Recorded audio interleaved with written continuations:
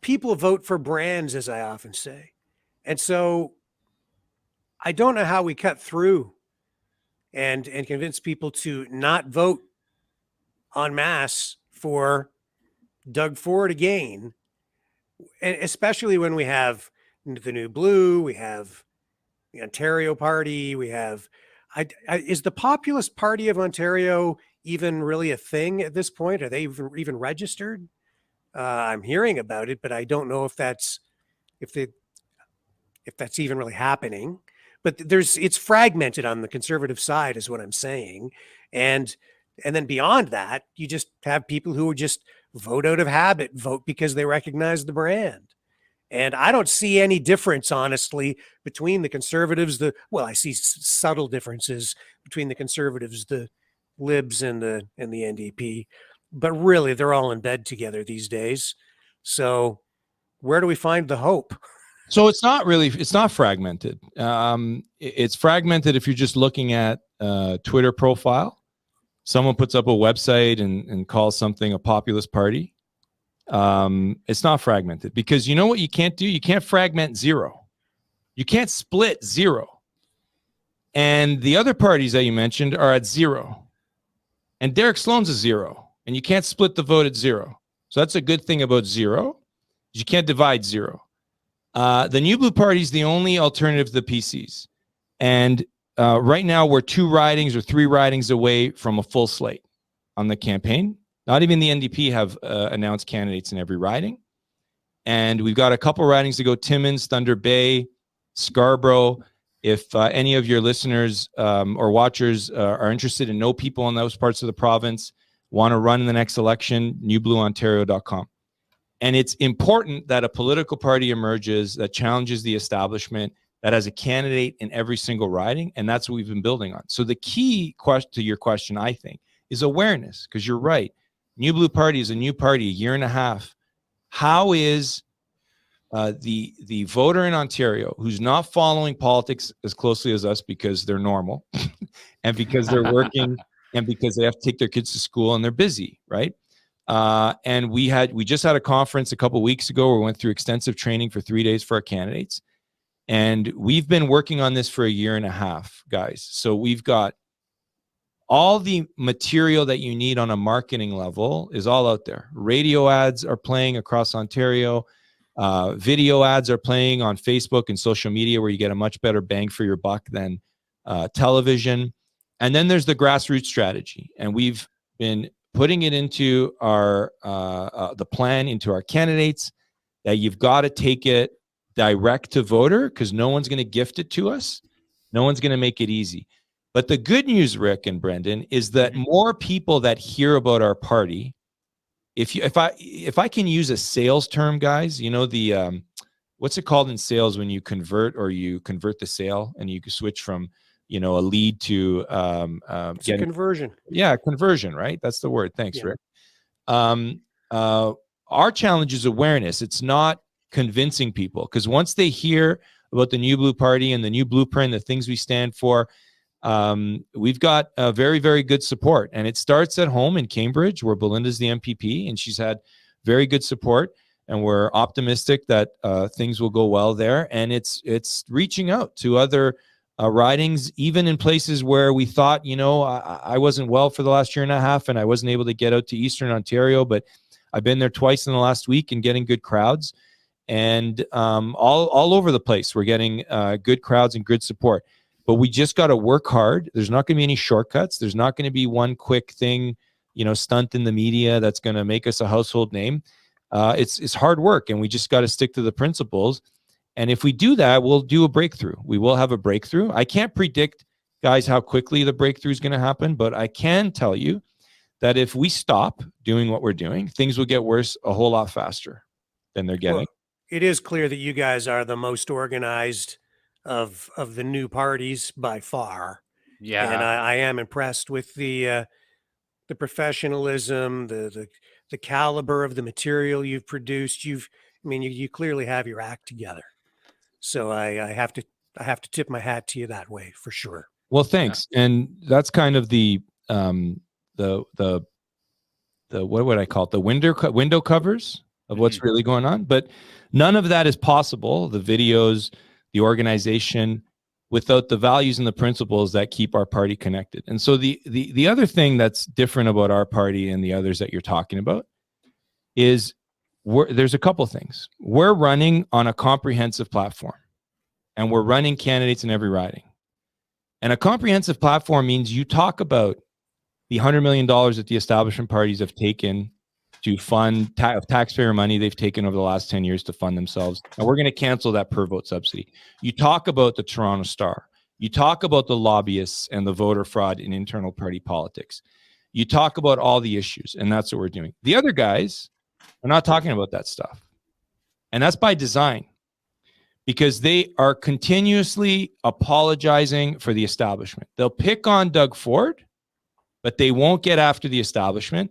We have an express commitment to replace the Ontario PC Party because you can't reform it from the inside.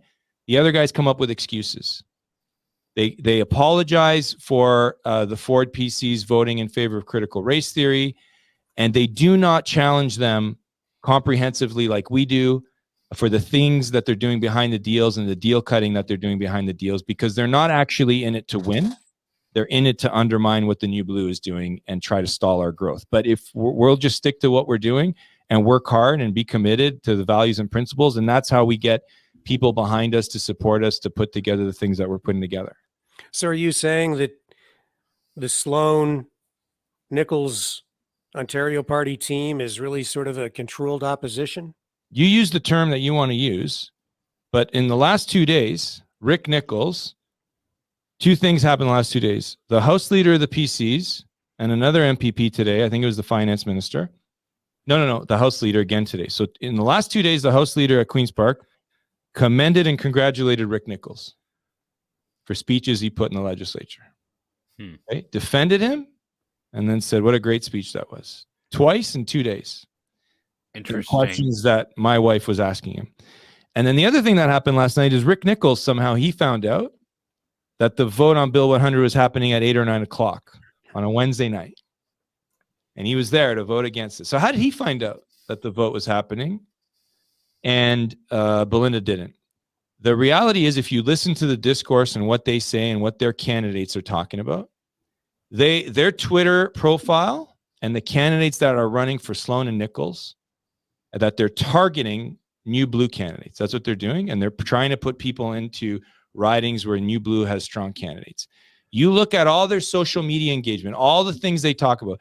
They don't talk about the voting record of the PCs.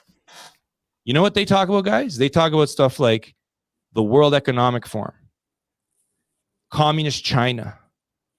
They talk about global things that have nothing to do with the mandate of a provincial politician. And you know what that's designed to do? That's designed to take the heat off Doug Ford and the PC MPPs and to distract the people that are desperate for a change, that are desperate to rally behind politicians, to distract them and say, oh yeah, Communist China is a problem, but to distract them away from the voting record and what the PCs and their MPPs are doing at the legislature. And if you listen to clearly, it's right there in the language that they talk about when their candidates are on podcasts or at speaking on whatever they're doing. I just want to point out that's what he sent out today. Yeah. Because somehow I'm on a mailing list. I'm not part of their party, but I'm on their mailing list. Well, when you're working with the establishment, Rick, you get any mailing list you want.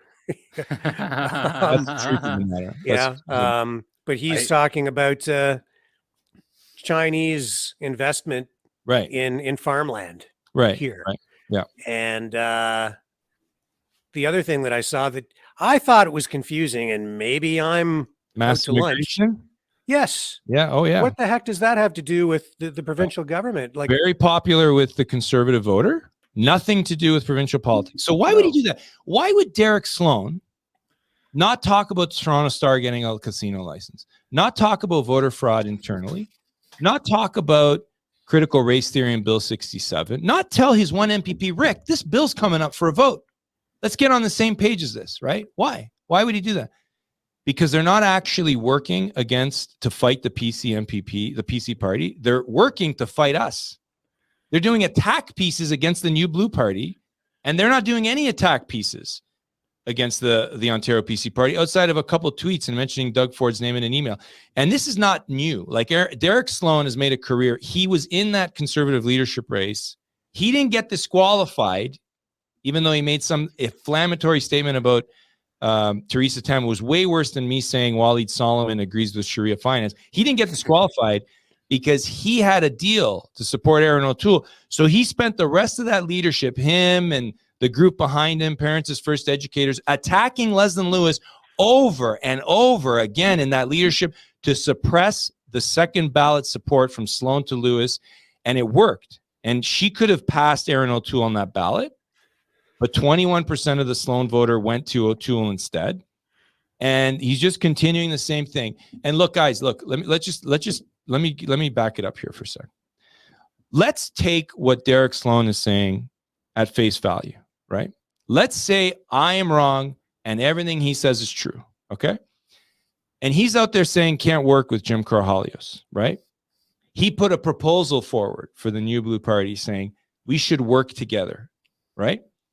And I never reached out to him, he says, in September, October, November to have a coffee, catch up, water under the bridge, the federal leadership when they had a spy on my team. He claims that never happened. He claims I never offered to meet. And they put a proposal forward when we had over 100 candidates.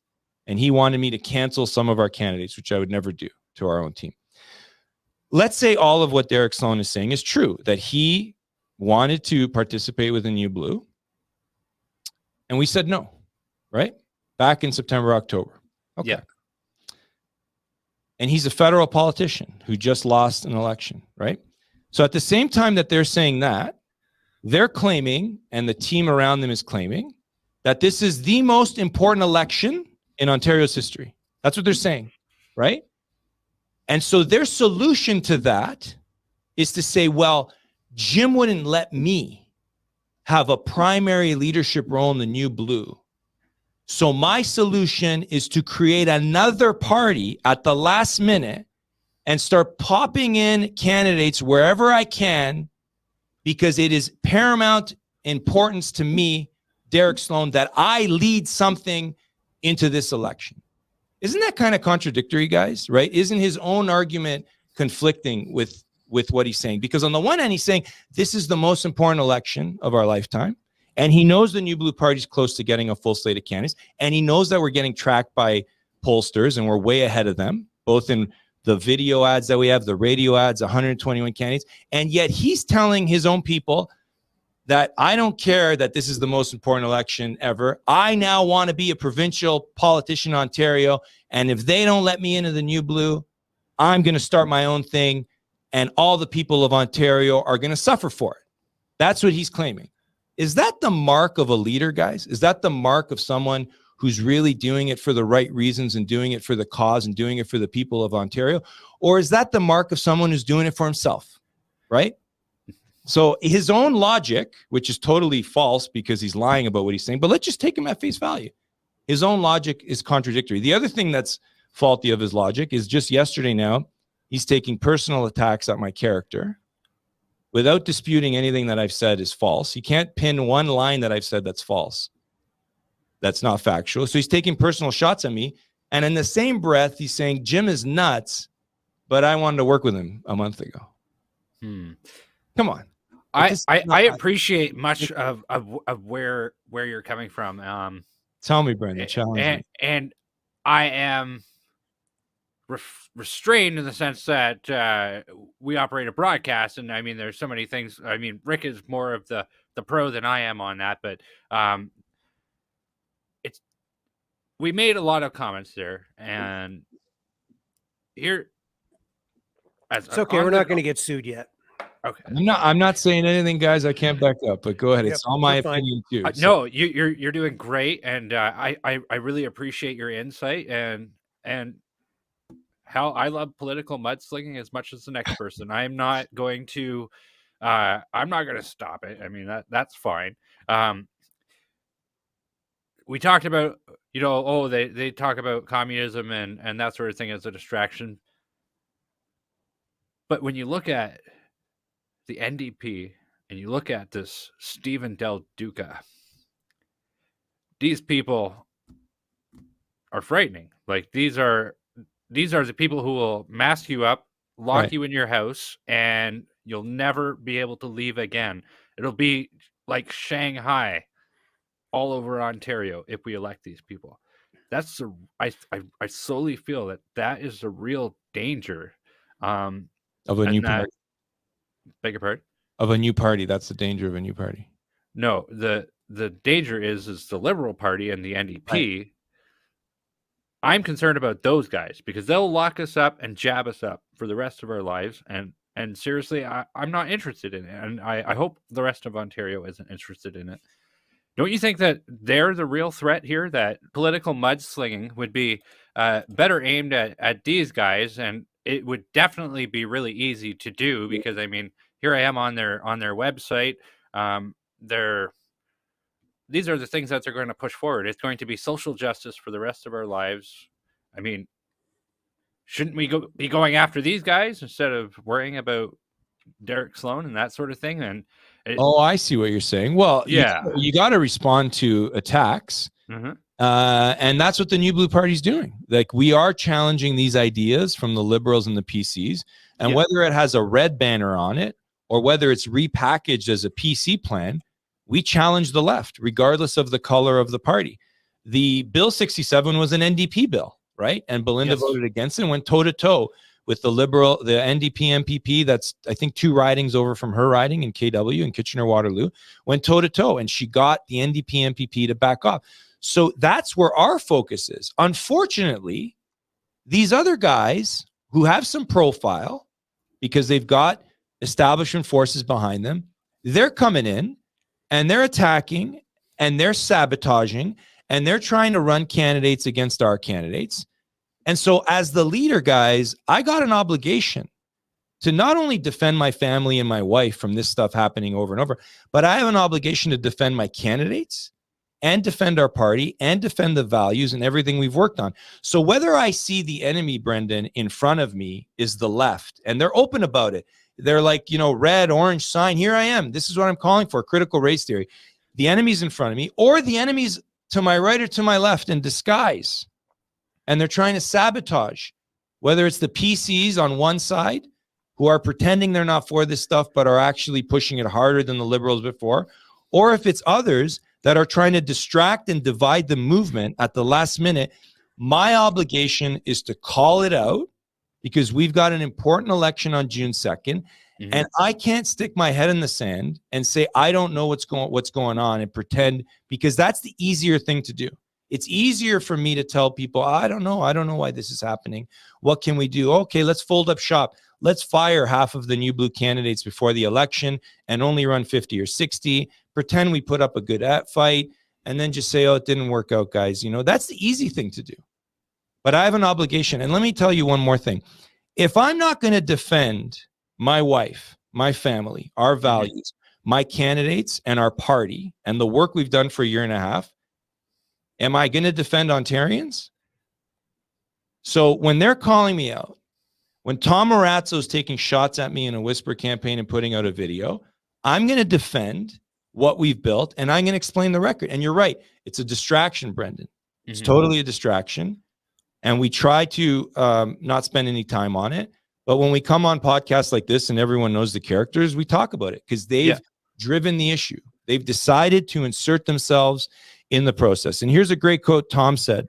And I spoke to Tom back in October, November, guys. And I thought he was a good guy. And I said, Tom, you want to run for the New Blue? I spent an hour on the phone with him explaining provincial politics. And up until December, Tom was texting me saying he's right with Belinda, he's right with New Blue. And I don't know what happened, and he went sideways and took to social media to attack us. He never called. Marazzo never called to say, Jim, I got an issue. Jim, I'm hearing this about you. He never picked up the phone. He has my cell, right? Just went silent. And so he put out a tweet a couple weeks ago saying, lead, follow, or get out of the way. Okay? That's what he said. From a man of leadership. So my response to Tom Marazzo and Derek Sloan and Rick Nichols and the rest of the gang over there is when Belinda was the first person to vote against Doug Ford's lockdown bill, when none of them were doing anything, she was leading. And those guys decided for a year and a half not to follow. And now they're in the way. So they should take their own advice, whether it's Jordan Peterson saying, speak the truth, one of his rules, or whether it's lead, follow, or get out of the way that Marazzo says, and get out of the way. Because you are in the way and you're just covering for the PCs. And we're going right to June 2nd with 124 candidates and beyond June 2nd. So guys, I know it's not easy talking about this stuff. No, it isn't. And I'm I'm trying to guys.